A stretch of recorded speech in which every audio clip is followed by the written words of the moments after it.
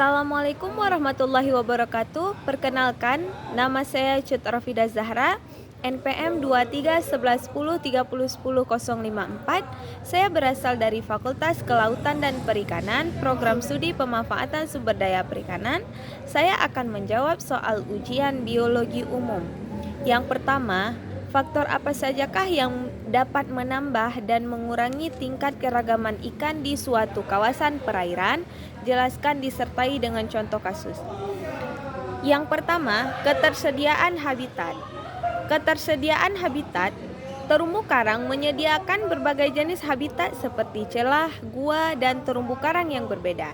Setiap habitat ini memberikan tempat tinggal yang unik bagi berbagai jenis ikan, misalnya ikan kardinal atau Pterapogon cauderni. Yang kedua, kualitas air. Kualitas air yang sangat baik untuk kelangsungan hidup terumbu karang dan ikan yang tinggal di dalamnya.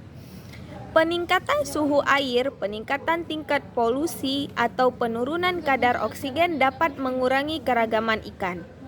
Misalnya, ketingkatan suhu air laut akibat perubahan iklim. Yang ketiga, ketersediaan makanan. Ketersediaan makanan, terumbu karang menyediakan berbagai sumber makanan bagi ikan, seperti alga, zooplankton, dan organisme kecil lainnya. Ketersediaan makanan yang mencukupi dan beragam akan mendukung keragaman ikan di kawasan terumbu karang. Yang keempat, kondisi lingkungan fisik. Kondisi lingkungan fisik ini, struktur bawah air seperti celah, gua, terumbu karang yang berbeda memberikan tempat persembunyian dan perlindungan bagi berbagai jenis ikan. Yang kelima, interaksi antar spesies. Interaksi antar spesies ikan juga dapat mempengaruhi keragaman. Misalnya, ikan pembersih seperti ikan labah-labah memakan parasit dan jaringan mati dari ikan lain. Yang keenam, aktivitas manusia. Aktivitas manusia seperti penangkapan ikan yang berlebihan, penangkapan ikan dengan bahan peledak atau penggunaan bahan kimia berbahaya dapat mengurangi keragaman ikan di kawasan terumbu karang.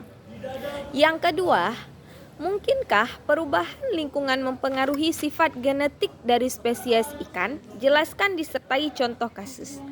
Jawabannya yaitu mungkin. Karena perubahan lingkungan dapat memicu terjadi migrasi ikan yang berpengaruh terhadap penyebaran larva dan telur ikan, sehingga berdampak pada keragaman genetik ikan dalam suatu populasi. Yang ketiga, mungkinkah perubahan cara makan mempengaruhi struktur morfologi dari ikan? Jelaskan dengan contoh kasus. Ya, karena perubahan cara makan dapat mempengaruhi struktur morfologi ikan. Cara makan yang berbeda dapat memicu adaptasi morfologi yang berbeda pula pada ikan. Soal yang keempat yaitu, unsur apa saja yang diperlukan dalam upaya domestikasi ikan? Yang pertama, seleksi genetik. Untuk mencapai sifat-sifat yang diinginkan dalam ikan yang akan didomestikasi, seleksi genetik dilakukan. Ini melibatkan pemilihan individu dengan sifat-sifat yang diinginkan dan mengawinkannya untuk menghasilkan keturunan yang memiliki sifat yang diinginkan. Yang kedua, pemilihan induk yang baik. Pemilihan induk yang baik sangat penting dalam upaya domestikasi ikan. Induk yang dipilih harus memiliki sifat yang diinginkan seperti pertumbuhan yang cepat, resistensi terhadap penyakit, dan reproduksi yang baik. Yang keempat, manajemen pakan yang baik. Pemberian pakan yang tepat dan seimbang sangat penting dalam upaya domestikasi ikan. Yang kelima, pengendalian penyakit. Penyakit dapat ancaman serius dalam upaya domestikasi ikan. Oleh karena itu, pengendalian penyakit melalui vaksinasi, pemantauan kesehatan, dan tingkatan pencegahan lainnya. Yang keenam, manajemen reproduksi.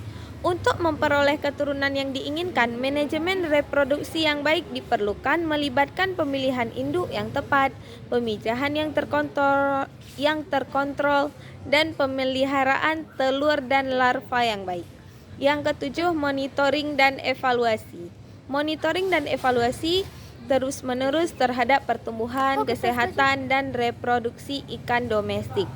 Sangat penting. Ini membantu dalam mengidentifikasi masalah dan mengambil tindakan yang diperlukan untuk meningkatkan kualitas dan produktivitas ikan domestik. Sekian jawaban dari saya. Lebih dan kurang saya mohon maaf. Wassalamualaikum warahmatullahi wabarakatuh.